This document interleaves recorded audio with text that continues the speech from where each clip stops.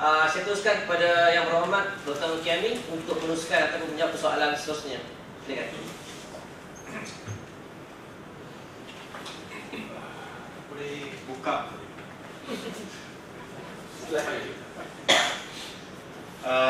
Terima kasih kepada moderator. Sebenarnya saya nak beritahu tuan-tuan dan puan-puan, mungkin tadi saudara Luqman tak meneliti presentasi saya, di mana saya tak nafikan bahawa memang hutang YNDB telah turun sebanyak saya rasa 17 bilion ringgit akibat daripada penjualan aset penjana kuasa Edra Global ni. Tapi apa yang saya telah tegaskan tadi, yang saya rasa tidak dijawab oleh saudara Luqman, ialah tentang hutang yang masih lagi dimiliki oleh IPIC yang perlu bayar oleh YNDB, yang dipetik daripada akaun IPIC sendiri, bukan daripada EH dan sebagainya. Dan tidak ada seorang pun daripada pihak YNDB ataupun pihak Barisan Nasional yang telah memberi satu penjelasan yang baik tentang hutang yang perlu dibayar pada hari bulan Jun tahun depan. Sudah. Terima kasih kepada Dr. Kiani. Kita terus kepada Saudara Luqman untuk kita terus fokus kepada bahagian media, iaitu sesi soal jawab. Okey. Pertama tadi saya nak jawab saudara Kiani dulu lah. Okay. Tanah 9 bilion memang betul tanah yang dimiliki oleh 1MDB daripada kerajaan ialah tanah yang bernilai tinggi. Tetapi mungkin tadi Rafizi dengan Nur Kiamin kita sedar bahawa 1MDB ni tuan-tuan 100% owned by government. Jadi kita ni bukannya jual, kita bukan jual tanah kepada YTL ke, yang banyak fund apa ni DAP. Kita juga bukan jual tanah ni kepada pihak-pihak lain. Tanah ni acquired by government. So apa masalah kalau government dapat keuntungan hasil daripada pembelian tanah tersebut?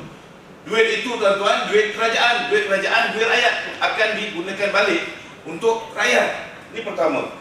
Nombor dua, saya terkejut tiba-tiba YB Ong Kiamin concern about nasib orang-orang yang tinggal di tanah yang dimiliki oleh 1MDB di Air Hitam.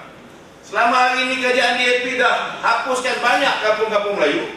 Rumah-rumah orang Melayu semua sekali dirobohkan, rumah India di kampung Buah Pala pun sampai sekarang dirobohkan. Siapa yang menggantikannya?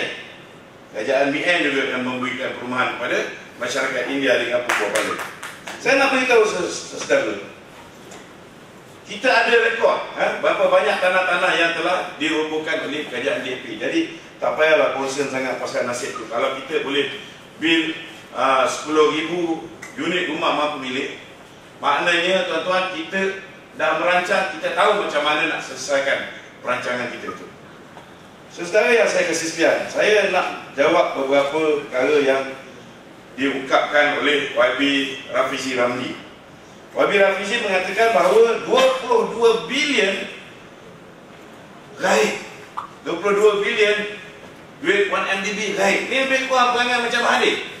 Mahathir tuan-tuan, dan nak beritahu, dia kata duit 1MDB 42 bilion gaib. Setelah lepas tu pula dia kata 27 bilion gaib. Hari ini dah tinggal 22. InsyaAllah tak lama lagi habis. Saya nak beritahu tuan-tuan, duit ni tak gaib.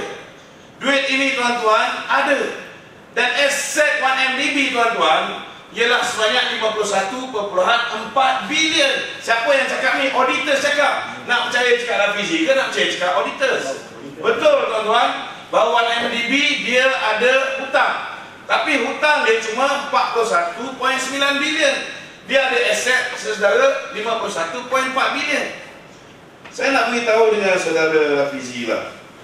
Daripada mula tadi dia cakap, banyak perkataan-perkataan yang diucapkan oleh Rafizi mengatakan kita nak tahu.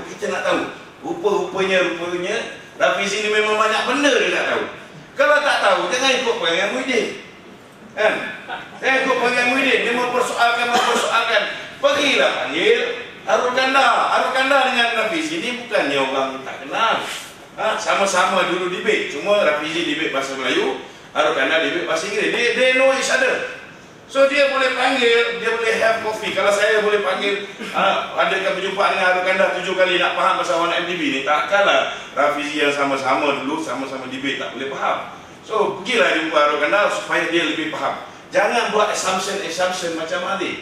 Mahathir dia dah mengaku sekarang ni, dia banyak mengatakan, membuat tuduhan, melemparkan tuduhan dengan berdasarkan assumption, seperti mana yang saudara Rafizi perkatakan.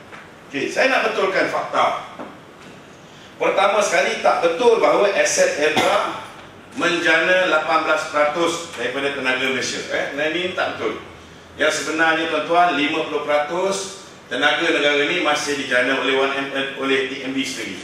Okey, 25% dijana oleh Malakov, Syed Monta Al-Bukhari. Kan? 14% saja yang dijana oleh tenaga yang dimiliki oleh 1MDB. Okey. Saya nak beritahu yang kedua, saudara Rafizi punya fakta pun tak betul bila mana mengatakan bahawa CGN beli dengan harga 2 bilion lebih. Sebenarnya CGN beli dengan harga 2.3 bilion lebih berbanding dengan TMB. TMB sebenarnya tuan-tuan, dia nak sangat aset Edra ni, sebab tuan-tuan, kalau dia spend 18 bilion pun, saudara, dia boleh dapat berapa? 5 bilion satu tahun. Cuba tuan-tuan bayangkan. Sekarang ni dia orang masih ada kontrak, katalah 10 tahun. Saudara, easily dia orang boleh dapat 50 bilion. Saya nak beritahu dengan tuan-tuan, betul kata saudara Rafizi, bahawa sekarang ni kita, tujuan asalnya kita nak jimatkan subsidi yang kita berikan kepada 4 IPP ni. Tetapi saudara, kalau misalnya Rafizi tak terus menerus menghentam, memfitnah 1MDB, perlu tak kita jual kepada CGN China? Sudah pasti tak perlu. Okey? Dan saya nak beritahu tuan-tuan, bila kita jual aset tenaga 1MDB kepada CGN China, kita jual ini bersama dengan nilai kontrak. Kontrak ni saudara, saya ambil contohlah, blok 3A, 3B, 4A, 4B.